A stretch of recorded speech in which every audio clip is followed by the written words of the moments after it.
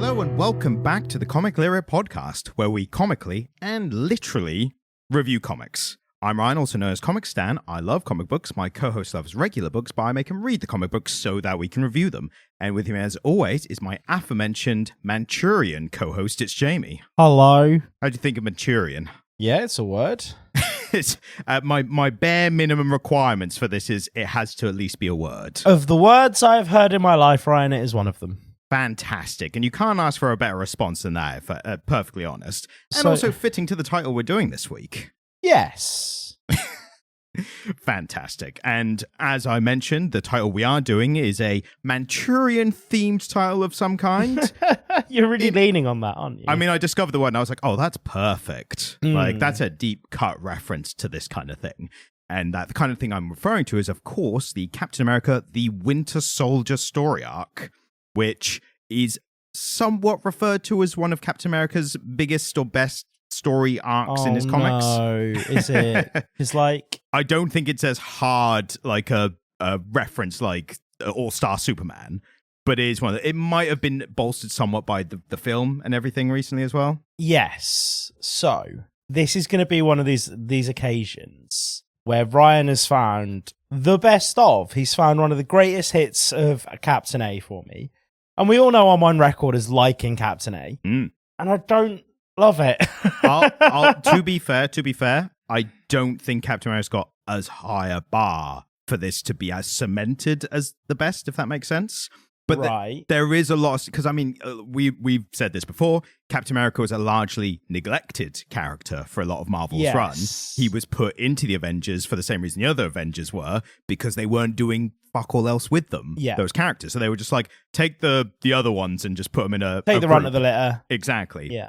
But modern fans would be forgiven to think, oh, they're the best of the best. That's why they put them in a team together, because of, modern MCU and everything. Yes. But I don't think Captain America's had as good writing, like, he's a character I think a lot of people didn't know what to do with. Because, before we get into the proper title, I think there's a lot of backstory stuff here, which I think is very interesting to get to first, which potentially you might find more interesting than the title itself by the sounds of it. Yeah, probably. So we'll spend a little bit of time in that first. Okay. But the biggest thing about Captain America as a character is I don't think people knew what to do with him, because he was brought back in the 60s. Before he was brought back, when Marvel brought back in the 60s, he was a timely comics character. Oh, is he not a Marvel creation? Timely became Marvel. So it's like yes and no, but yeah. So when was he a Timely Comics character? During the World War. Like during World War II. So he was a super soldier in World War II, and then when they brought him back is when they did the whole, we froze him. Yeah, thing. exactly. Right, yeah. cool. It's also why there was a big thing about they had to retcon some of his character, because during World War II, like famously, there was a comic cover of him punching Hitler. Exactly. Yeah. And that was like a pro-Allied war. Well, look, let's show old Jerry 1-2 and, all that bollocks. But then he kept going as a character after the war. And that's where I think he was popular during World War II for obvious reasons. Yeah, bit of jingoism. Yeah. And then post-World War II, people were kind of like, that's a bit old hat now. Like, that was the kids that were reading comics post-war. It was their parents who were like, war and patriotism, all that stuff. And that was, the next generation always thinks whatever their parents into is a bit lame. Yeah. So when you've got this very patriotic character, I think the kids, this is speculation on my part, but I think the youth of like the 50s and the 60s were like, hey, daddy-o, that patriotism stuff is old hat, man. Or, totally. That's probably how they children of the then. Swinging 60s probably weren't as enamored of a guy who's literally Captain America at a time when they were like, boo, capitalism. Yeah. I want to listen to the Beatles and smoke pot.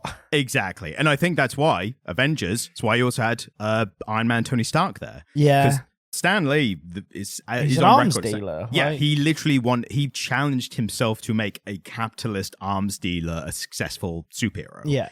And he credits as being like, yeah, I did it. He's well famous now. It's like, you're ignoring several decades there of like people not giving a shit about Iron Man. Yeah. But fair in the long run, fair enough, Stan. Like, you got us. But yeah, the fact that they were all thrown into the Avengers was kind of the sign of the times. Yeah. But they had to retcon the fact that there was a Captain America running around in the comics post-war. So then when they unfroze him in the ice later, they had to be like, that wasn't Steve Rogers' Captain America. That was someone pretending to be Captain America. Right, okay. Which they have canonized here somewhat. But the other thing that they retconned, which is important for what we're talking about today, is they retconned the fate of the character Bucky Barnes. Right. So what happened was, during the war, Bucky Barnes was the child sidekick of Steve Rogers, basically, right? Once Marvel brought him back in the 60s, they retconned to say, oh, Bucky Barnes, he died. Yeah, right. So Bucky's been dead for a while. They're like, end of the war, he died. Right. And they how did they kill Bucky off? They said that towards the end of the war, there was initially it was just, there was an explosion towards the end of the war, and it's I don't know if at the time or later on they coincided it with how Captain America got frozen. Right. So like in this one we're reading now, it's shown that they both got on the plane that ended up in the Arctic, and they both fell in the ice, and Captain America's like, I guess he died then because I came back and he didn't. But I think back then they were like, Bucky died in an explosion. Like that's all. I mean, that's as elegant as a solution as it needs. Well, what I thought was very interesting about that is there's a very specific reason for that. And the reason is because Stan Lee, and I didn't know this, but now that I've seen it, died in an explosion. Sense. Don't know if explosion. He's definitely dead now. We know that much. He is dead now. No, he or is he just watching? He could be watching, could be here right now, and in a non-voyeur sense. No, I reckon he was a voyeur. I mean, it might be a voyeur thing, but good on him, whatever. But apparently, he's an old man. If he can even get it up, it's a marvel, isn't it? Hey. that deserves a bell or a coin or whatever. A bell? Whatever stupid noises. It deserves a bell. The bell is reserved for when you call a manga a comic. And yes. You get the Mario coin sound for the pun. Ba-ding. Or whatever stupid noises we put on this podcast now. But surprisingly, to me, but not surprisingly, Stan Lee doesn't like the idea of child sidekicks to superheroes. And then when you think about it, there aren't any in Marvel, really. Bucky might be the only one, and even that's kind of, again, retconned or retroactively, he was and he wasn't kind of thing. And I suppose they played with it a bit in the MCU post Stan Lee with Peter Parker and Tony Stark. I mean, but even that, it's like they're still their own separate heroes. Yeah, they're still their own entities. It's not quite a Robin. Robin being the kind of archetype sidekick. This must be the quickest Dick Grayson has come up. I just said Robin. You've said Dick Grayson. Dick Grayson is the only Robin for me. Robin is a mantle. It could apply to a few people. Yeah, but nobody could ever truly fill Dick Grayson's shoes. No, I mean, you could argue they're still trying even to this day. Yeah. You could say. But Stan Lee specifically said, I just thought this was interesting, he said, one of my many pet peeves has always been the young teenage sidekick of the average superhero. Once again, if yours truly were a superhero, there's no way I'd pal around with some freckle-faced teenager. I'm really angry about it. At the very least, people would start to talk. Maybe he is a weirdo. No, I think he's taking the more conservative, where it's like, why are you running around with a child for? Like, he's taking that kind of stance. I mean, it all sounds fucking weird to me, mate. Exactly. And it's not to say he doesn't have a point, but... I mean, I think he has a point, because, we don't see much of it in the superhero comics we read now, do we? Even Batman very rarely has Robin. Sometimes he has Damian. Well, now he's got an entire Bat family, which that's its own problem. Thing. Yeah, that's his own thing. We like the Bat family here. I think there's too many Bat family. That's because Batman's meant to be this lone brooding character. And admittedly, he has this arc over the decades of he's learned to overcome this idea of needing to be alone, a one-man war on crime and all this. And he's just surrounded himself with errant children. Now he's got 10 people. There's all the Bat family. It's this is too many. Cut the numbers down. Maybe I'll make a video about it. But... Oh. He did, spoiler. Stanley did make a very specific reference to what you were saying. He said, well, this is someone else referencing. He says, in Lee's mind, the only teens worth writing were ones who were powerful in their own right, with loner superhero Spider-Man being the best example. Yeah. So, he didn't mind, teenage superheroes. Yeah. He just didn't like this idea of, an adult superhero. And it's and here's my sidekick who's here for some reason. Yeah. He's not as powerful as me. I have him here as a distraction. Here's a literal child that I put in harm's way on a regular basis. Yeah. Exactly. So I just thought that was pretty interesting. But the reason we're talking about it now is, again, Bucky Barnes not brought back for that reason. It actually went about 4 decades of him remaining dead as a character, which in superhero terms is very rare. Yeah. that apparently in Marvel, they literally had a rule when you were writing certain characters, which was there's only 2 characters who you cannot bring back. That is Uncle Ben and Bucky Barnes. Oh, really? Yeah.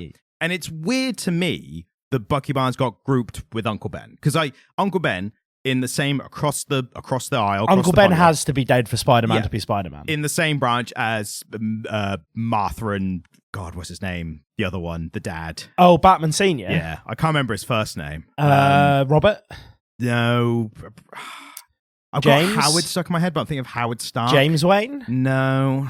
Dick Wayne. No, I can't. Papa Wayne. Papa Wayne. Papa I mean, Wayne, he's just Batman Senior. Yes. We've already established a nickname for him here. Yes. I don't see any reason to deviate. But they have to remain dead in the same way Uncle Ben does, because they are the motivators of the characters. Yeah. And even like since then, DC have fucked around with, as you've seen, Flashpoint, the whole alternate And Uncle universe Ben one. has been alive for a bit. At least Uncle Ben, they've kept. He's been a minor character in like alternate universe stuff, But they always kill off Aunt May. That's the thing. If we get Uncle Ben, we don't also get Aunt May. Yeah, they do have to kill an Aunt May at some point. Aunt May is kind of same grounds right now as Alfred, because Alfred's still dead, I think.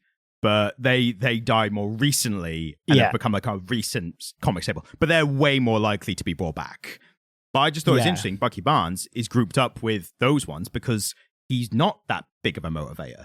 At best, he's a Captain America wakes up in the 60s or whenever he's brought back, depending on the iteration, and has a kind of like, oh no, my sidekick, my pal, Bucky, like he died and I'm still alive. Like he has a bit of that, and that's kind of like a metaphor for his not fitting in the new world kind of thing. Yes. But it's not to the same level. So I was surprised to see how big of a thing they were like. It's one thing killing him off, retroactively when he's brought back in the 60s. Another thing to be like, and he has to stay dead. It's like, but why? Like, I don't understand. And to the point where apparently just before Ed Brubaker, who wrote The Winter Soldier, he came in with a very kind of like, with the intention to bring back Bucky Barnes. Apparently he read the old Captain America comics as a kid. Right, and so he liked Bucky. He liked Bucky. And then apparently he remembers the day when he read the Avengers issue where they're like, by the way, he died. And one of your favorite characters to be like, he died off screen. Like, don't worry about it. He didn't even get a funeral. And apparently even back then, he started workshopping ideas for how to bring him back if he ever wrote Marvel comics. Right. So he really came in with like an agenda. He was like, if I do one thing only, I'm bringing back Bucky Barnes. So the comic. Yeah, let's get into it.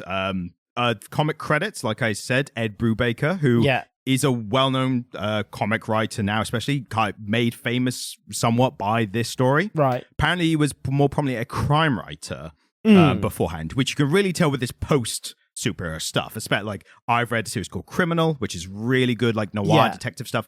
We've read Where the Body Was, which is a real kind of human interest kind of piece. Oh, it's that guy. Yes. Okay. And the Houses of the Unholy. Which I didn't like very much. But you can see that kind of influence, like very heavy dialogue, a lot of words. Like, oh my God, so much dialogue. Definitely different to, at least at this time, like the staple Marvel or big superhero dialogue at the time, which, again, I keep doing the made-up example. It's that, God, gee whiz, everything's been crazy since I fought that dragon or whatever. Like, this is definitely a more grounded compared to that. Yeah. Still, by our standards and modern standards, very comic booky talk. But I think at the time, I mean, this was the mid-noughties, 2005. Back then, they were still very like, good Lord, Dr. Doom's here. We need to stop him. Like that kind of stuff. Holy smokes, Batman. Yeah, but that's like 60s or 50s maybe even. But we've got Ed Brubaker and... Who drew it, Ryan? Who did draw it? Primarily drawn by Steve Epting, apparently. Okay. But because running Marvel thing, they had writers come in and we've seen it before. It's like, there's a different artist this week for some reason. So let's talk about Steve Epting's work. Starting with the arting. Have you got a lot to say? No. For the most part, it was okay. Yeah. I didn't like it. I definitely got the sense that it's definitely the mid-noughties Marvel house style. Because Civil War looks a lot like this as well. Like, it's very kind of, this is how they all look right now. There's some jank face. I'm sure you probably noticed it. Yeah.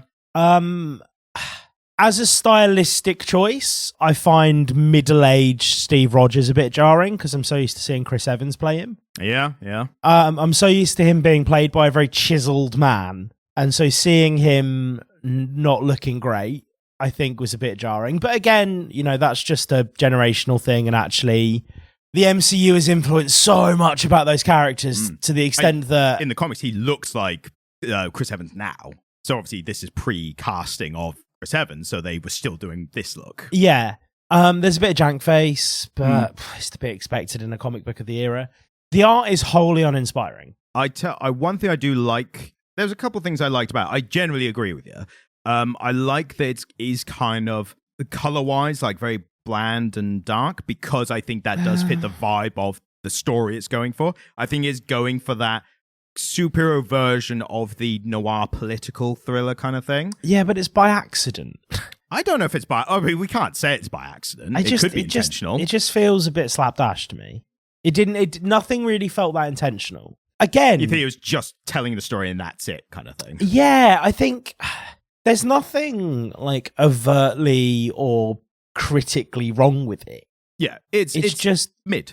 It is entirely mid. It's not particularly aesthetically pleasing. The art isn't sort of hindering my experience in any way, but it's not pushing it ahead. There was very few points where I stopped to look at something again. And again, a lot of the faces just aren't that great. Yeah, I see what you mean, exactly. I was keenly looking at the proportions of Steve Rogers after All-Star Superman.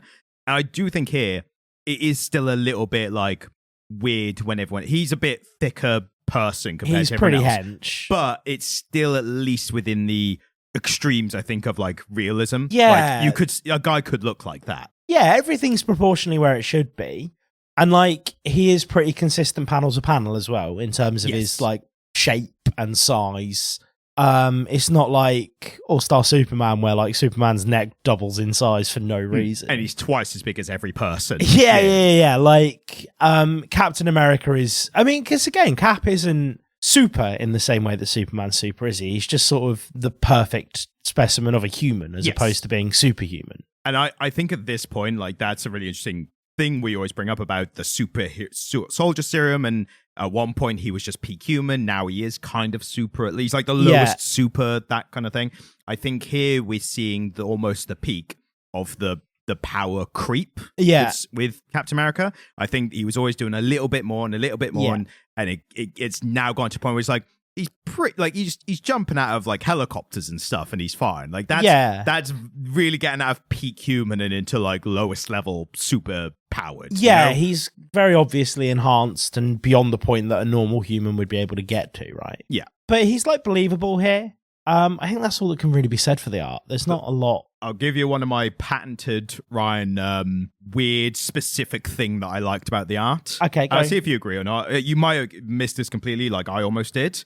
I liked the effect of the shield when it was mid-flight. Yeah. Not only did it do the thing where it had a faint version of it behind it, so you could see it's moving past, but the actual solid shield itself, when it was mid-air, it had a kind of blur, a really, really fine blur to it, which to show that it was moving, even though it was a static object on the page. In fairness, the one thing that the artist did quite a good job on was capturing the movement. I quite liked any scene where Cap was fighting. I quite liked. Yeah. And I think they clearly spent a bit of time finding their reference for the way that he moved. Yeah, very acrobatic kind of thing. Yeah, but well done. Yes. It was, everything was in the right place, and I got a really good sense of what he was up to mid-movement. So I will agree with you that it had that going for it. He captured movement very well, which I suppose there's something to be said for that in an inherently static medium. Yeah, and that should be the bare minimum for superhero comics. If you're going to just tell the story in every other part, you need to have good fighting movements and stuff. That should be the minimum. That needs to just be there, doesn't it? Yeah, exactly. And in terms of story, we are covering issues kind of 8 to 14. Minus 10. Yeah, there's a rogue. To tell you what, bloody grinds my gears. And I've this is the perfect example of it. Say you were reading this at the time when it came out, you're really invested, right? Yeah. I read issues 1 to 8 beforehand, leading up to see the kind of slow introduction of the Winter Soldier character and everything. And I imagine reading at the time and you're really into it. They've just revealed that it's Bucky Barnes, and you're like, oh my god, he's meant to be dead for 4 years. They've finally brought him back. And then they go, by the way, House of M is happening in the Marvel Universe, so we've got to do an issue for that. And you're like, what the fuck? So I didn't even read that issue. No, I told you not to. You told me not to, because again, it just would have been baffling. It's literally completely outside of the story. So the very, very quick, House of M storyline is basically Scarlet Witch, reality-altering mutant. Yeah. She changes the entire reality because people are kicking off at her for reality manipulating and stuff. She's just lost her fake kids, literally kids she created, but she didn't know she created, and then was sad when they were gone, when they didn't really exist in the first place. Like, it's all a mess. She makes this fake world, and where mutants are the superior race over everyone else. But the point of it is she also tries to give a lot of the biggest heroes like happy lives in that, so they don't come after her. And what she does with Steve Rogers is he never goes in the ice. So he wakes up in this world and he's old in the modern day, and he was Captain America, and then he retired at the end of the war, and then he was one of the first men on the moon for some reason. Well, it makes sense. Yeah, get your super soldier. Like, risky, you might as well. And then he just kind of retired and had a happy life. And, nice. But if you're reading this story, we're like, oh my God, the Winter Soldier. It's like issue 10, House of M tie-in. Captain America's old and none of your story's happening for a month. You're like, fuck you, Marvel. Fuck you, Stanley. And that's less of an egregious take than the one I keep repeating of my Chip Zdarsky Daredevil run. And they were like, you know how Daredevil's in prison? Well, fuck you. The symbiotes are on him and now he's out. It's like, but that was like the biggest part of the story. At least they didn't spoil the run with it. Yes, exactly. Yeah. They just delayed it at a pivotal time, like part 3 of this like 6-issue story arc. Anyway, we skipped issue 10. Winter Soldier. Yes. So, overall thoughts of the story? I didn't love it. Fair. But I think it has inherently been spoiled by the fact that it has become canonized into the MCU, and the whole Bucky Barnes thing has been done again. Yes. Because it was already very prominent in my consciousness. Like, in my conception of Captain America, there is, he has a friend called Bucky who somebody brainwashed to be evil. Yes. Right? Who Hydra got hold of, essentially. Yeah, and for 4 years, that he wasn't anything of that. So it is interesting that the modern fan has that conception of him. And so for me, reading it page to page, I was a bit like, oh. But that being said, I don't think that's fair on it. Because if you were like a Captain America consumer in 2005, this would have been one of those what the fuck moments where you were like, who is Bucky Barnes? Why is he so important? I'm going to have to go to the library to get an internet connection to find out who Bucky Barnes is and why he's so important. Yep. Yeah, I'm going to have to pull out a bunch of like 1940s Captain A comics. Like, I can see how this story would have been a really exciting moment for fans 20 years ago. The issue is, I'm approaching this 20 years later, where it's kind of become a central part of Captain A's character. That, like, he had a friend called Bucky. Bucky went evil. He had to fight Bucky. Yeah, basically, yeah. I'll tell you one thing for the issues leading up to. On the one hand, they do a really good job of slowly introducing the Winter Soldier character. He assassinates the Red Skull right at the beginning. Yeah. And you don't see who it is, you don't even know what he's called. Who is the Red Skull? Red Skull is, I can't remember, he's got a really German name, but basically he was a German Nazi officer. Right, yeah, that who guy. became more evil than the Nazi party and was like, you guys are slowing me down. I'm doing this weird science shit, like with like ray guns and stuff. I'm starting Hydra, and we're going to take over, basically. So they were the people that the Nazis think are Nazis. Yes, basically. Fucking hell. You're too evil for us. And that's it. We're the bloody Nazis. Yeah. But in that, leading up to those issues, they slowly introduced the Winter Soldier character. The problem is, and I think you would have got this if I'd given those issues to read as well. They do a lot of heavy-handed Captain America reminiscing about his times with Bucky during the war. Right, okay. But here's the thing. By modern standards, you would read those issues and go, even if you didn't know, you go, oh, it's the Winter Soldier's Bucky. Like, you would know because of these things happening at the same time. But at the time, what was that trope as prominent, let alone in super comics, in any comics? And also, Bucky had never come back and it had been 40 years. Like, a lot of people wouldn't... A lot of comic book consumers at the time may have not even known who Bucky was. And Captain America, well, they would have known who Bucky was only because Captain America, in the 40 years apparently, did spend a decent amount of time reminiscing and feeling grief So this over was Bucky pretty Barnes. normal. Exactly. So, but again, that's why I say, by our standards, we know these tropes, so we're like, we know why these things are happening at the same time. But back then, it could have been like, there he is, sad about Bucky again. Who's this Winter Soldier guy? That's he's really crazy. Like, that's crazy. So I don't know if it was predictable or not. Tell you what, though, the issue 7, issue 6. Where it's revealed that Bucky is him, because Sharon, Agent 13, says to him on the building top, it's like, this Winter Soldier, I think it's Bucky, because she's seen him. And then you literally cuts to, like, Bucky is looking at them through a rifle scope on another building. And it shows it's him. That issue apparently, like, sold like gangbusters. Well, yeah. It's because, again, is it because the reveal was shocking to people? Or is it because they're just like, oh my God, they brought Bucky back. This will be worth a lot in a few years. So one of the things that I actually thought was quite elegant was the way they reasoned it out.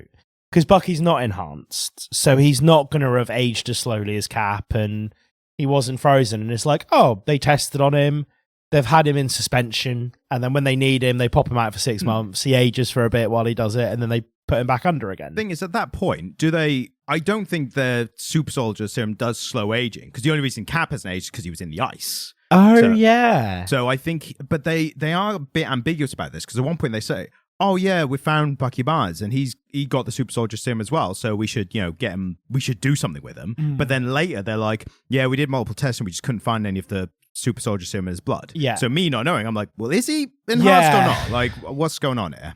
But they did quite an elegant solution of introducing him and explaining how the Winter Soldier's been operating and what's going on with it. I thought all of that was quite elegant, and it is quite story driven, isn't it? Oh yeah, like that's why I say is, and again, Brubaker said himself, that kind of political thriller aspect where it's not just the action and the fighting, it's what's happening. It's all plot. Yes, exactly. It's all plot. Which is very Brubaker. Yeah, and that's fine. And like, I did enjoy the plot. I sort of enjoyed the twists and turns and where it was going, and I kind of enjoyed just watching it go through.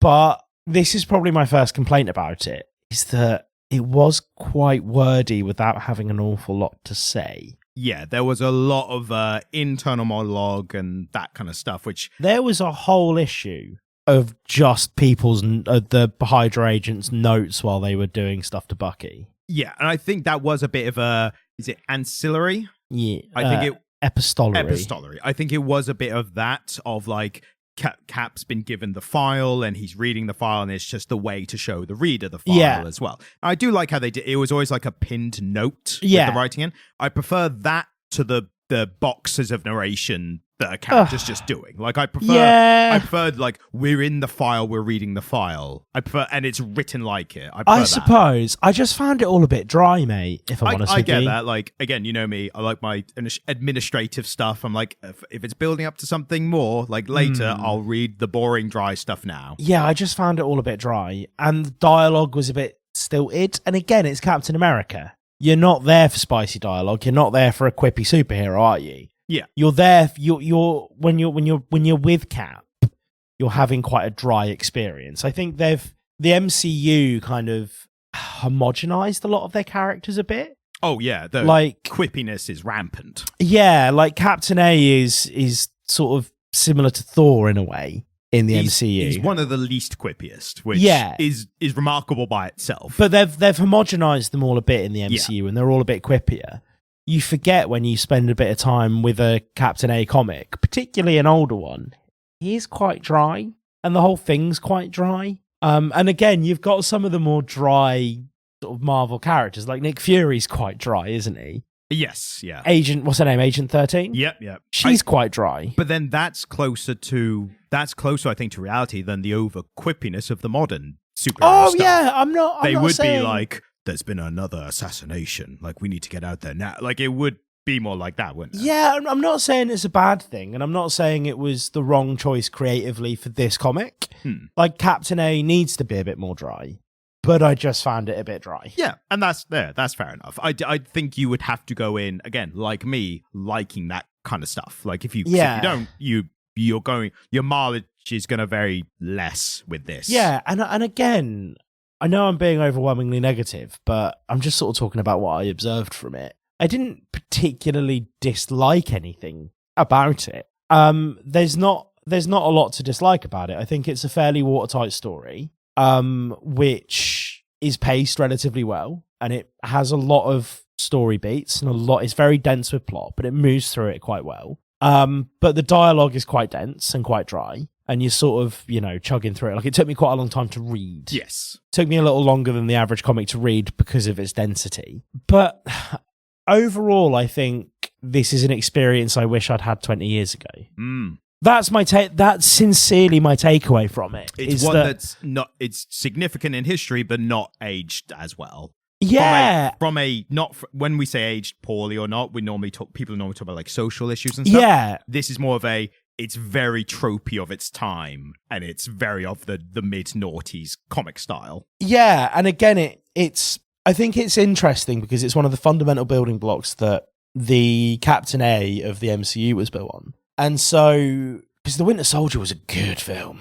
Yeah, might be my favorite MCU film. Definitely my favorite non-Avengers, like, big team-up film. It's one of the only ones I remember as being particularly distinct. Yes, and that, again, felt like a political thriller as well. It felt like a great merger of those genres, because you had the big fight. You had awesome hand-to-hand combat fight scenes. Like, there's one with Steve Rogers and Winter Soldier and a knife. Yeah. And the amount of times they're, like, disarming it from each other and dropping it to the other hand and trying to get it, and they're just like, it's like a really it's like The Raid or like a kung fu film. Like, it's just so. But yeah, I agree with you. Like, The Winter Soldier for me was one of the most distinct MCU films. It was probably one of my favorites. I'm right there with you.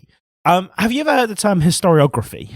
No, but I mean, I have. But for the listeners, explain it for them. Yes. So historiography is the history of history. So if you're looking at a history book, say from, I don't know, a history book about World War II from the 1980s, you need to go into it knowing that they had a different understanding of what had happened back then. And so historiographers are people who specifically study the way that history was told, the way that history of one event was told in the time leading up to where we are now. It's a really, really important academic principle. If you are like a historiographer of comic books and you have an interest in the history of comic books and the way that they've developed and the way that different characters have developed and were written at different time periods, I can see how this would be like absolute fucking recommended reading for Marvel and for Captain A. Especially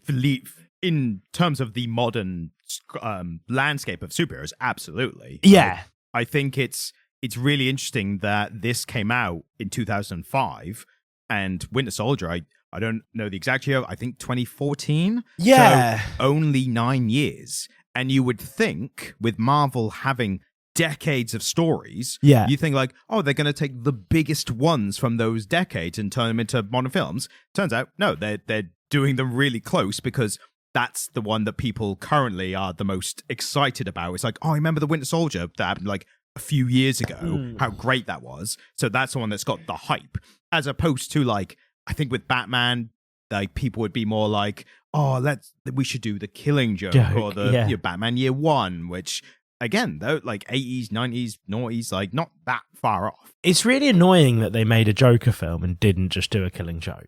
That would have been a fun film. I mean, I'll ruin things for you a little more. They did a Killing Joke animation, which people were begging for ages. And what was especially good when they did it was they brought back Kevin Conroy and famous voice of Batman and Mark Hamill as the Joker. Mark Hamill was the voice of the Joker for a long time, wasn't he? And Hamill said he stopped doing the role at one point, and he said, I will only come back for the Killing Joke, because that's what fans keep wanting, right? Yeah. So they got him back, they did the animation. Problem is, the story, as we've read, it's not that long for like an hour animation. So what they did, instead of adding more stuff in the story, like in the middle of the story, which is normally what they do, they added a 20-minute, half-hour before thing about Barbara Gordon as Batwoman. So, which makes sense. In the context. Shot in the later thing. So they were trying to get across like a contextualizing where she was at the time. Like she was kind of going a bit overboard, like a bit reckless. Like Batman had to kind of, she was kind of feuding with this criminal who is like getting the best of her points, and Batman trying to be like, I know what it's like to have a criminal that you fixate on a bit more than others, but you have to remain level-headed and, you know, don't let them whatever get in your head. That's like fine, whatever. Like I'll skip past that if I really need to. The biggest problem is that in that Barbara Gordon story, and this, I don't think they definitely didn't do this in the Killing Joke comic. I think they might have done it in the comic ones, but it's whatever. They had Barbara Gordon getting with and having sex with Batman. Nice. And everyone was just like, ugh. Because she is meant to be young. Yeah. She's like a teenager, young. Isn't she? I think in the context of this, she was like very late teens, maybe early 20s. Like, and I'm speculating, unfortunately. Yes. But people just collectively went like, oh my God, we can't wait for this Killing Joke animation. They came out and they were like, what the fuck and was the first half hour of it was just Barbara Gordon getting her swerve on with Bruce. By the time they got to the Killing Joke, I think everyone was just like, what the fuck am I like? I'm not even excited now for the thing I was excited for. I imagine Alan Moore was not thrilled. He definitely didn't watch it. It definitely did not have anything to do with it. Someone might have asked him about it and he force choked them with his magic powers or something. What the fuck did you ask me? Anyway. Captain America. I think what's interesting about this, as someone who is more in the weeds with comics, I don't know how prevalent this trope is before or after The Winter Soldier. It feels like it became way more prevalent afterwards. It became very common for this thing of, who's this mysterious new villain who's just turned up? Oh no, it's someone from my past, right? Yeah. That became very common after a while.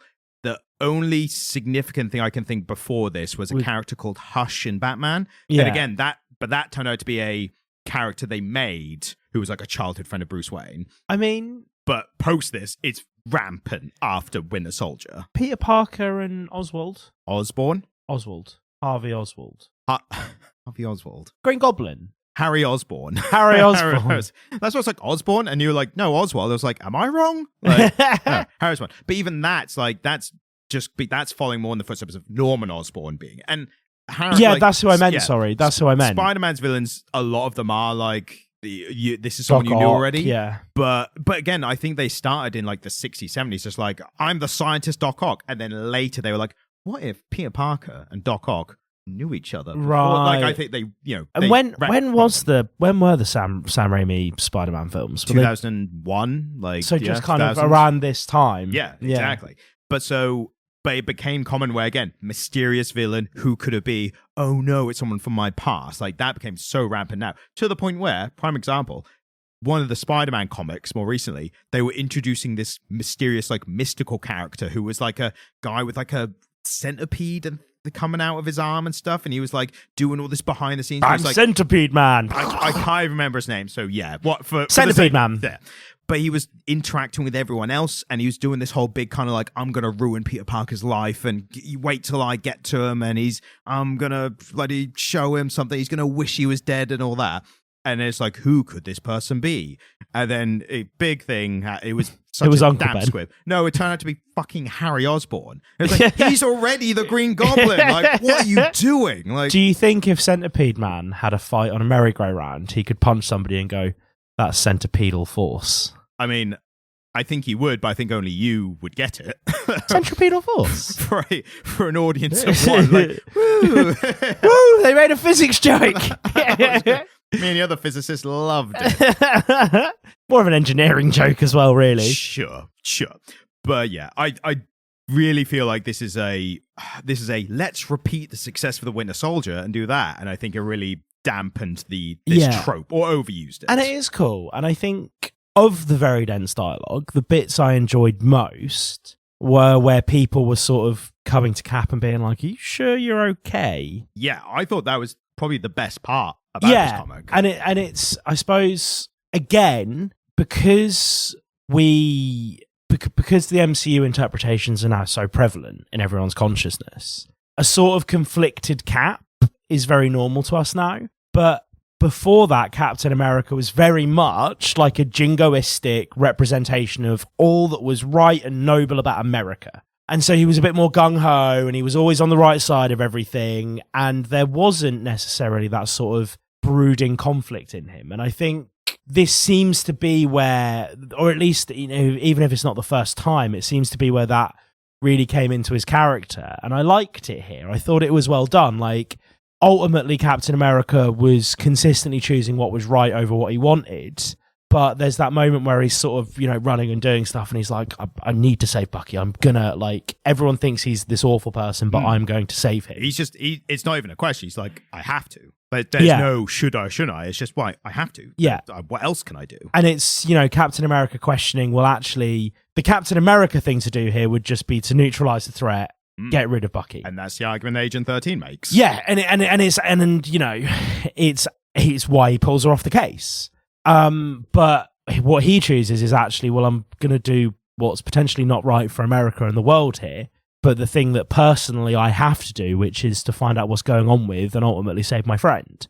And it's a bit of interior conflict for Cap, isn't it? And again, we're really accustomed to seeing that in his character now because we've seen this play out on the screen. And it may be because of, again, the modern interpretation of this Captain America. They were like, oh, that's who we should bring to the big screen in the MCU. Totally.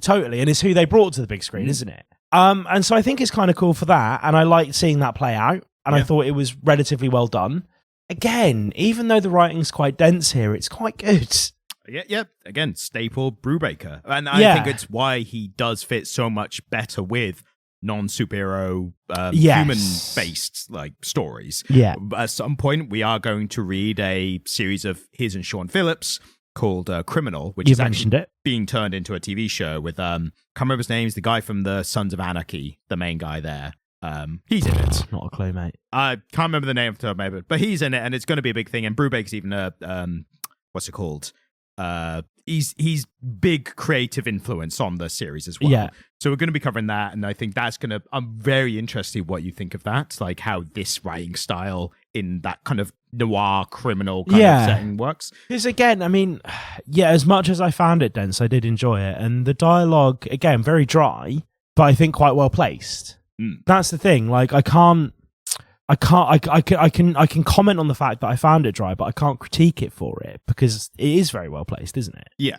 I think the most I enjoyed it was these kind of moments, as you're saying. And I haven't made many notes on this, but I have made notes on specific things I really enjoyed and specific things I questioned or didn't think suited. What did you not like? I'll get into that because that's literally later in the series, so it kind of fits there. But in line with what you were saying, I love the conflict in Captain America, that when he's first shown this kind of almost irrefutable proof that the Winter Soldier is Bucky, I like that his thing is, you would expect it to be like, that can't be Bucky. Bucky died 50 years ago or whatever. But in this, his conflict is, Bucky would never do that. Yeah. And he's not even entertaining mind control ever, because when you're reading it, when I was reading it at the moment, I was kind of be like, you live in a world where there's a lot of brain control weird and powers shit and stuff. So that's not the ordinary. But then I think I inferred it. And again, we have this back and forth a lot. If you infer it as the reader, does it count or not? Or are you filling in the gaps? Were you meant to? Whatever. But when later he's given the file on what happened to Bucky and the essentially mental torture of this, could it be that Cap was like, no, I don't want it to be him, not because I think he willingly did the stuff, but if it is him, it means he must have been put through to do it, and he's just trying for that to not be his reality. That a loved one of his has gone through this horrific mental torture. And again, that's fun for Cap, because usually Cap is the hard reality guy.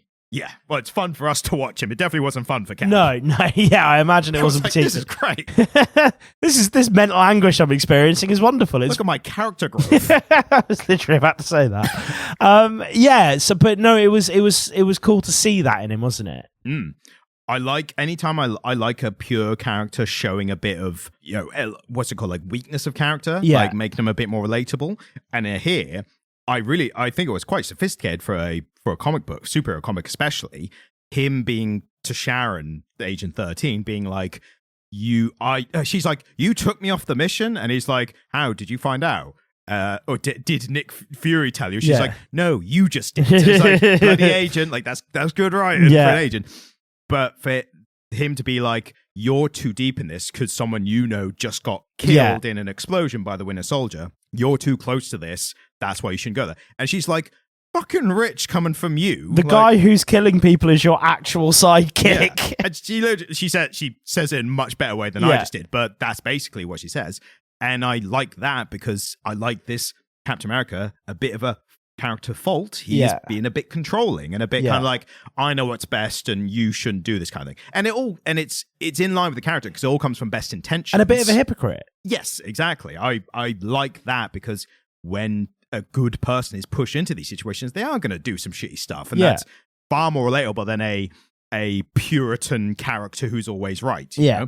And then, as to prove his point, to prove Sharon's point, as soon as they go to find this Lupkin guy or Lukin guy, Lukin, who's basically like a Russian oligarch character who has this cosmic cube but also important in the UN. Yes, well, that's the thing is he's a private businessman. He has this company called Konza. I can't remember something like that. But he has a private company.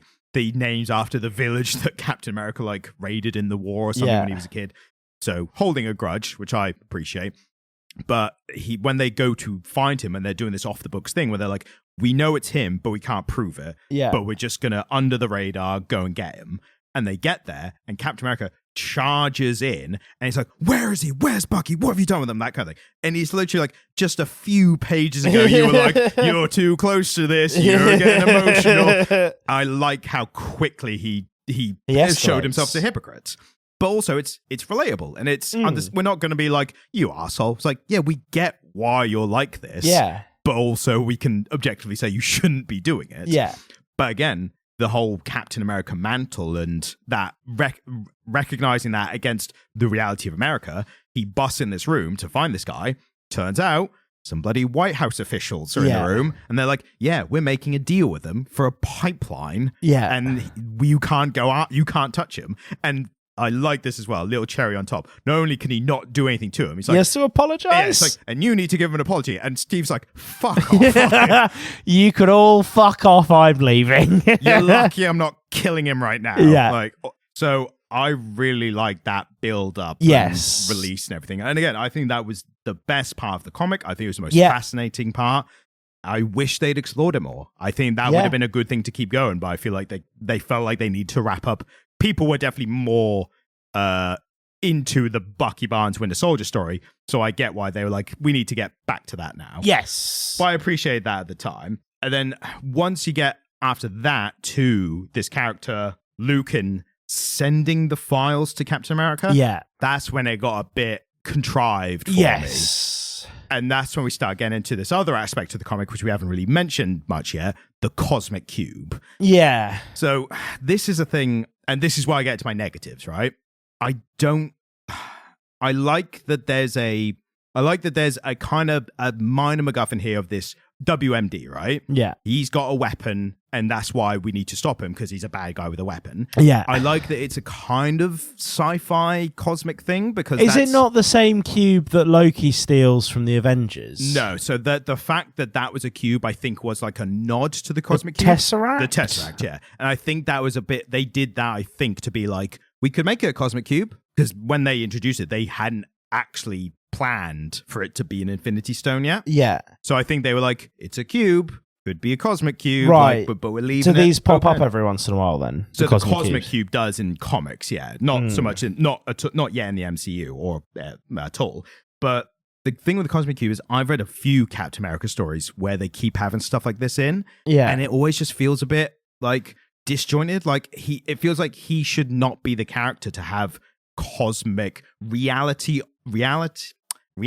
altering stuff in Captain America. Feels a bit off. Yeah, that's Doctor Strange shit, isn't it? Or any other, like even like the Iron Man, like Spider-Man to a degree. Captain America feels like he should be one of the most grounded characters. But I suppose it's kind of a core tenet of the Marvel shtick, isn't it? And this is what I mean. I like that it is a cosmic sci-fi thing, because it has it's that dipping the toe in the larger Marvel universe. So I like that connection. My problem is it's a reality altering device, magic thing, whatever. And then the question then becomes, why isn't everyone using it more? Like, so in the first issue of the entire run, Red Skull has it, Yeah. And then he gets assassinated, and that's how it ends up with Lucan, right? Yeah. But the Red Skull is like, at one point he's like, well, I've got it now, and I'm going to use it to make Steve Rogers' life a living hell. But I'm going to wait my time, and, I'm going to really make him suffer. I'm not going to kill him. Yeah. Because I could kill him right now with this thing. Yeah. But I'm going to, I've got a master plan. And then he gets killed. And that is fun, because that's like, you procrastinated, and now you're paid for it. Fuck you. But now Bucky's got you. But the problem is, any villain who has it, there is that inherent thing of like, why don't you just kill him? Like, it's the amount of superheroes who get by because they're villains. So like, I'm not going to kill you just yet. I'm going to make you suffer. I'm going to toy with you. You beat me. Like, I should have killed you when I had the chance. Yeah. Like, so that is a little bit of like a plot hole, maybe. I don't know. They kind of explain it. Entirely different to Thanos, who gets the stones and he's like, right, fuck, let's go. Yeah, I mean, as soon as he gets it, he's like, should have gone for the head and bang. Like, So yeah, I don't like that. I think it's OP. I think it's too overpowered for this kind of story. Which is why they nerf it. Well, yeah, and they literally, I don't think they said it in the ones in the main story, but they said it before at one point. They're like, it's low on juice. It's like, you've got a battery with a charge it the fuck up then. But how do you charge a cosmic cube? Like, that's the with problem. the cosmic cube charger? With the bloody cosmic treadmill. Oh, fuck off. It's been ages since we've had a cosmic treadmill reference. Oh, now You famously love the cosmic treadmill. I'm all for it. Flashpoint is the one. That was a real Penny in the Batcave moment. When you're like, what the fuck is this? I'm like, oh yeah, this is stupid if you don't know. If you're not already used to it, it seems kind of dumb. That was the point where I really started to become a member of the Initiated. Oh yeah, you're what's that iceberg meme? Like you're getting into like the lower levels, like the beyond surface level like information. Knowing what's in the Batcave, yes. Knowing what the cosmic treadmill is, like you're in. Oh yeah. That's like a code to get into Comic-Con or something. Like you get a question. Treadmill. Yeah. Who was Batman's first? Like, oh fuck, it's Martha and it's Thomas Wayne. Thomas Wayne. Well done. So yeah, cosmic stuff. I thought that was a bit inconsistent. Yeah. I really didn't like where we get to the kind of culmination of this arc, and you've got Captain America fighting with Bucky, and Bucky's just like, I don't know you. I don't know who Bucky is. But Captain America's like, no, there's a bit of you in there. Yeah. Like, you could have, you tried to escape one time, but then they caught you. Why did you escape? Like, you're in there somewhere. And I like that internal struggle for the character. Again, by modern trope standards, we kind of know that it's going to be fine in the end. I like that it's not completely fine in the end. Like, that would have been way too quick. But I didn't like that Cap used the cosmic cube to return the memories to Bucky. And again, that's why I don't like this reality altering aspect of the story. It's too convenient, isn't it? It's convenient, but and again, I'm kind of on the fence here because it doesn't just make everything better. No, because Bucky, he's got his memories back, but he also remembers all the horrible shit he did. Yeah, and you could tell immediately he's like, oh God, like it's not just like Cap, you've made me better, and we're best friends now again. It's like, oh God, all the I'm a monster. I'm good now, but I remember all the horrible shit I did. And he has to just bail immediately. Yeah. So again, this is why I'm so like torn. I wish it didn't do this, but they didn't execute it the worst possible way. They still gave themselves a bit of grace. It's the best way they could have executed it because it's the most realistic. And we're saying that about a cosmic cube. Yeah, I know. But no, I totally agree with you. Like, if you're going to give him his memories back, then he has to have the memories of all the awful shit he's done while he's been a Hydra sleeper agent. Yeah, he wasn't then like whisper to you like, oh, by the way, get rid of his horrible memories and give him a big dick. Like, it wasn't just like, let's fix everything and like blam, you're Dick Grayson. Do you know what I mean? Like, you know what, Bucky Barnes, he's kind of almost the Dick Grayson of the Marvel universe. Oh, do we think? He's got some similarities. I mean, he's a looker for one thing. Yeah, like especially with that long hair. He's got tortured past. That's very sexy. Yeah, that is quite sexy, isn't it? Metal arm. He's got a metal arm. Does Dick Grayson? Dick Grayson has a metal something.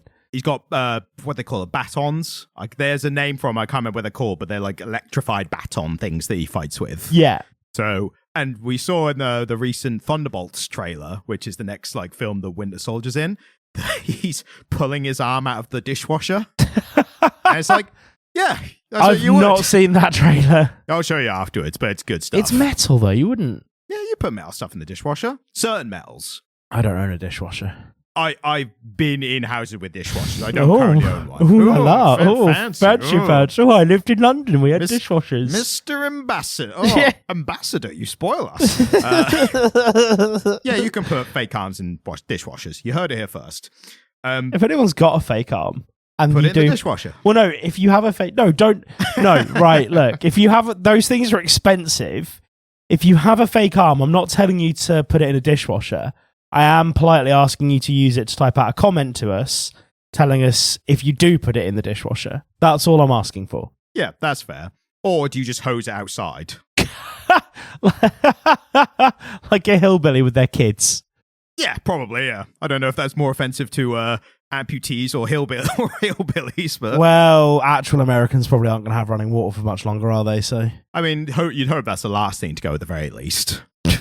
What? Like, We've descended into fascism, but at least I can have a hot shower. Yeah, in fairness, actually, yeah. That does make a lot of sense. So, back to the comic. What did you think of the cameo from Falcon? Well, yeah, no, cool. Because he's very different from his MCU version. But always black. Oh, yeah, yeah. He was a cool character. I liked him. He's a cool character, but there's a lot of differences. There's a lot of, we can't do that aspect of him in the films because that's kind of dumb. Specifically, his wings look like actual bird wings. Yeah. And he can telepathically talk to birds. Yeah, he's kind of cool. I like him. that's more of a bit of you than the film version, I'm guessing. Yeah, which is very like military industrial device wing flight suit bollocks. Yeah, no, I liked it. I thought it was cool. I preferred it to, although the actor who plays the MCU version, what's his name? Anthony Mackie. Anthony Mackie. He's a cool dude. Yeah, he's. I like him a lot. He was really good in that Black Mirror episode. Oh yeah. He was really. Yeah, I really like him. And so the MCU version is cool, but they should have just given him the bird power because the bird power is inexplicable and wonderful. So what's funny is, and I should have looked this up and I forgot, I don't know what Falcon's like origin is. I don't know why he has wings and can talk to birds. Imagine though, right? You get supered and you're explaining to your friends, you're like, oh yeah, I got bird powers. And they're like, sick, you can fly. And you're like, no. Well, yeah. Not without a suit. Right. But I can talk to birds. And they're like, well, what use is that? Do they say anything interesting? And he's like, no. It's mostly just about mating and migratory patterns, mate. Does anyone else fancy going to the south? For the winter? Do you know what I mean, though? What a lame way to get bird powers, but also I'd love to... There must be Falcon, runs. Oh, yeah. Well, he is Captain America now. Yeah, no, I know he's currently Captain America, but I imagine they've taken his bird powers away from him. I want to see. Was he always? I think he's Captain America with wings. He's no. Yeah, but the wings are like whatever. Yeah. I mean, does he still talk to birds? Yeah, can he still talk to birds? Yeah. They haven't taken that away in the comics. Well, that's awesome. I want to see how they use that in the comics. We'll have to do some Falcons. Oh, well, I mean, we should have for this one because we're doing this tie into the Captain America film with Falcon as Captain America. Now. And Harrison Ford as Red Hulk. It's gonna be. It's worth the price of admission just to see Harrison Ford Hulk out. Oh, yeah, I'm very interested. It's interesting to see him jumping into a new franchise when he famously hated Star Wars for Yeah, I mean, yes. Yeah, because he's a bit of a grumpy old man now, isn't he? So I think he's got a bit of a reputation for being grumpy, but I think that is because, one, I think it just depends on what day you catch him. Like, literally, some interviews, he's kind of like, I'm nice and polite, but I really don't fancy being here. But also, those actors, we say, oh, boo-hoo, you have to act for a living and be famous celebrity, but, there are aspects that just look like a real ass. Being in makeup at 3 o'clock in the morning for a shoot at 10 a.m. Well, stuff like that, I feel like that is part and parcel of what you want. You want to be an actor, that's what you kind of have to do. Yeah. What I'm talking about is, if you are in a big film, you have to do press afterwards, and that kind of stuff involves being in a room in the hotel or something with a black curtain backdrop for 10 hours where you just do interviews constantly with people. You're having the same 3-minute conversation with 100 people all day. It sounds fucking dismal. Exactly. And again, the moments when I've seen Harrison Ford be a bit grumpy, I still think he's cool. Yeah. And he was bloody Han Solo. How can, he's the coolest fucking guy. And Indiana Jones. Yeah, he was Han Solo. He was Indiana Jones. He's done a bunch of spaghetti westerns. He's now in the MCU. He's a cool guy. Yeah. And I think with him, he literally was at that kind of crossover precipice of movie stars having to start doing stuff like that. Yes. And I think for him especially, he was doing everything else other than like sci-fi fantasy stuff after Star Wars and Indiana Jones. I think that's when that system started. Yeah. And he was getting a lot of like, so when is Star Wars coming back? And he was like, I'm playing the president on a fucking airplane, or I'm a husband to a woman I killed someone or something. I'm the bad guy for once. Like, I don't know too many of his films after. I was the fugitive. But I think that kind of crossover point, people were like, when Star Wars coming back? When did Indiana Jones come back? And he was like, shut up, leave me alone with this. He was sort of on ground zero when movie franchises became a thing, and he was sort of in two huge ones at once. Yeah, exactly. He's an interesting guy, because actually you look at his other work, he's kind of a bit of a character actor, is Harrison Ford. Like, he's a very good actor. Oh yeah, he's great actor. He's a fantastic actor, but when you think of him, you think of Indiana Jones and Han Solo, who are kind of the same character. Very similar. They kind of are the same. They're like roguish thief dudes. Do you know what I mean? Yeah. But yeah, no, again, the MCU needed to do something, and they needed to give certain mantles to new people, I think. Well, the previous guy who played General Ross died, so that's kind of, they were like, we want to have this character in. And I mean, with like Falcon taking on the Captain A mantle. Yeah, and it happened in the comics, so it made sense to like do it in the and it's a nice evolution, and it kind of brings the MCU into its next phase. And based on the people that we see in the MCU, I don't think there's a better choice for Captain A than Falcon. No, exactly. Yeah, there was a point where Bucky Barnes became Captain America. Oh, sick. But I think similar reasons they shouldn't have done that in the comics, why they didn't do it in the MCU. His is a character you can't be like, hey, that guy who was an assassin for you, brainwashed assassin, he's protecting the country now as Captain America. A lot of people are like, well, I know it wasn't his fault, but like, you know, maybe he shouldn't be the guy representing us. Like, whereas Americans are entirely okay with having the guy who used to be on The Apprentice be president. So fucking hey, Alan Sugar's president. Was it not The Apprentice? It US? was. Yeah. That's the UK version. I mean, do you know what, mate? I would be less concerned if it was Alan Sugar. Oh yeah. For our American listeners, look up Alan Sugar. He's all right. Yeah. One thing I thought was funny when you talk about the bird powers is there was a moment in Civil War when Falcon, brought out the little drone on his back, which was a little red bird-shaped drone called Redwing. Yeah. And he's like, say hello to Redwing, haha. It's like, because in the comics, he had a literal falcon called Redwing who he psychically told to do stuff. Oh, that's so cool. When the film came out, and, you know, was widely regarded as a great MCU film, like one of the best. The funny part is that a lot of people are like, you cowards, put in Redwing the Falcon. Yeah. Why are you half-arsing this? Like, do it properly. It wouldn't have fitted as well, but it would have been much funnier. It would have been funny in a very tense, serious film. Like, I say very relative to Guy MCU. gets his pet bird out. Just, whoa. What was that? Where the fuck have you been hiding a falcon? Oh, he's been there all along. Tony Stark with a Cap and a Winter Soldier, like, he killed my parents and I can never forgive him. And she's like, shh, Redwing, shh, this is a very serious moment. But no, I liked Falcon. I thought he was cool. I thought him and Tony Stark popping up was they fun. seem like great mates, which is good. Like, good to see like real mates, like, and they actually like have a history and everything. And it's also kind of what I was saying before, why it's good that he became Captain America, because of the options, you've got Bucky who went through all this shit and Cap saved him, and that's good. But of the Captain America spirit, Sam Wilson embodies that more, because he helps people despite only being able to fly and speak to birds. Like, he's putting his life on this line. He's getting out there. He helps Captain America, but he helps Cap save Bucky, even though he doesn't know Bucky and has no reason to give a shit about him. But he's literally just like, well, Cap cares, and he's a good guy, so if he's good, then I'm going to help him. Yeah. Like, he's got nothing to gain, he's got everything to lose, and he's just like, I'm getting in there and helping people. It's kind of wild that Bucky didn't just become an Avenger. He's becoming a Thunderbolt now, which is a more kind of covert version of the Avengers. Right, I'm not au fait with this Thunderbolt thing. We'll do some Thunderbolt stuff.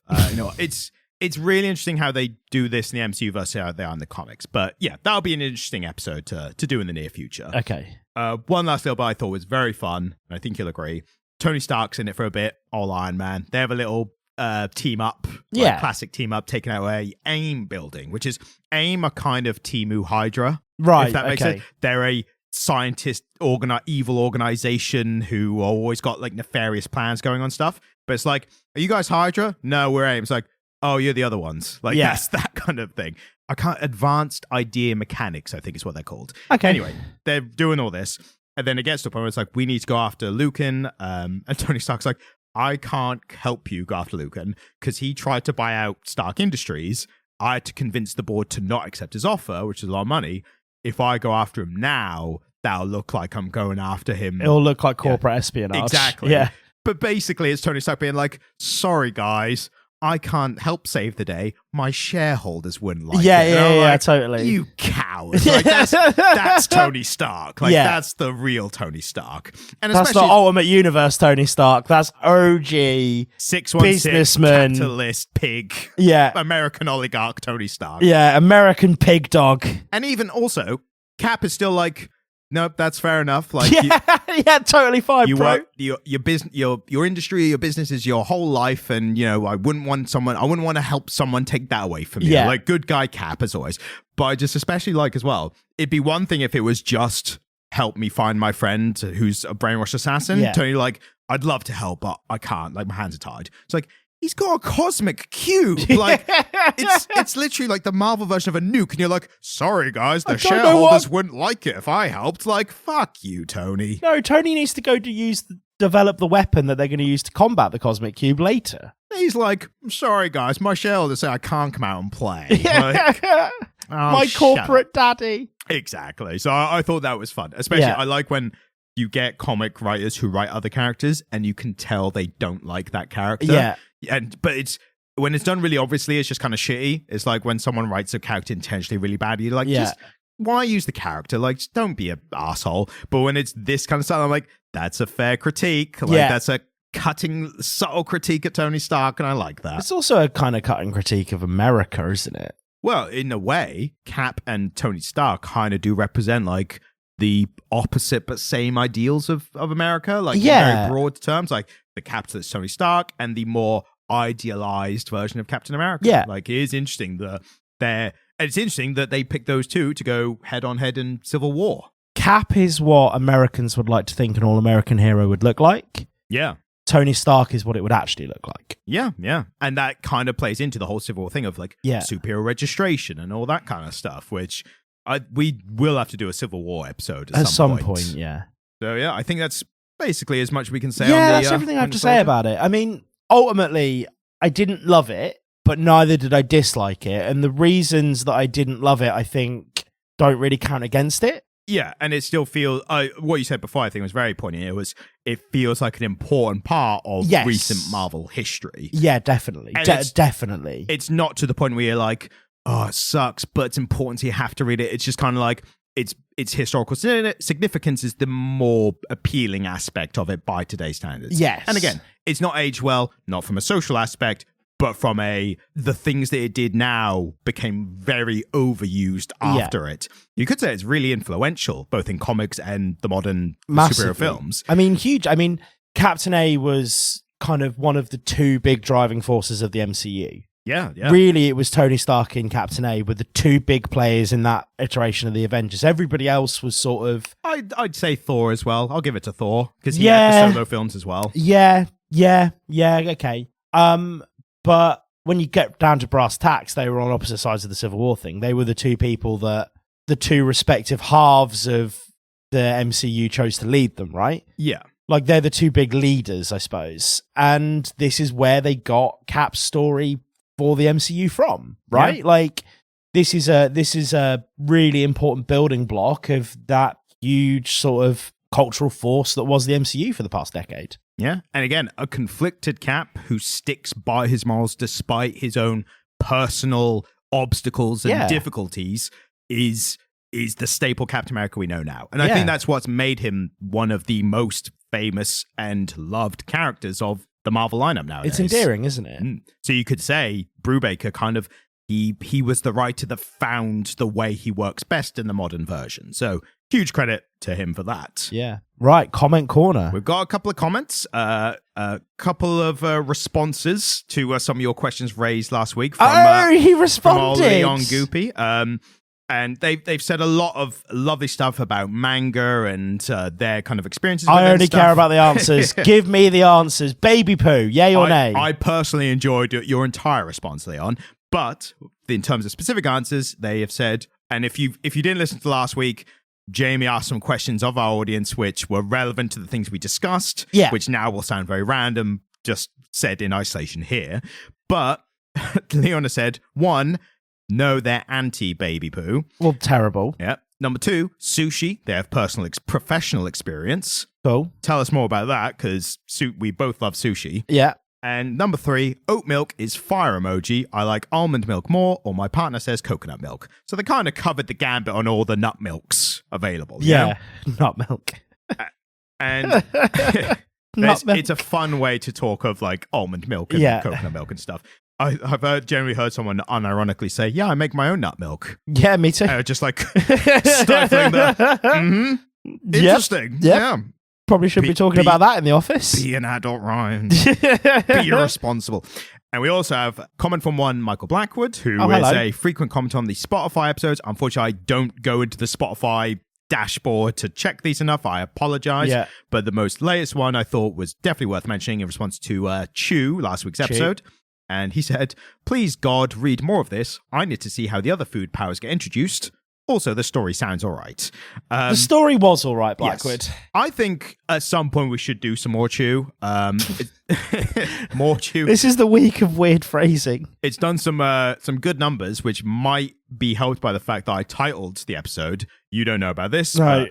I titled the episode, Chew, Food Psychic Cannibal Detective Stops Illegal Chicken. And then in brackets, seriously. Cool. Yeah, I like that. I think that might be like a more clickbaity title. Yeah, which is also all technically correct, so it's fair game.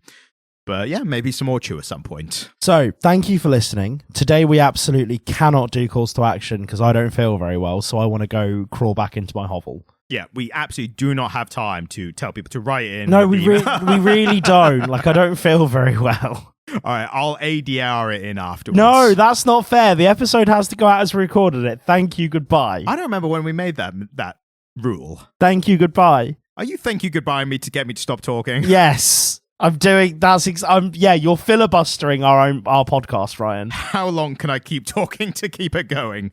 I'll just ADR in afterwards. All right, thank you. He's putting down his microphone. He's serious now. Oh God, he's never done this before. This is unprecedented.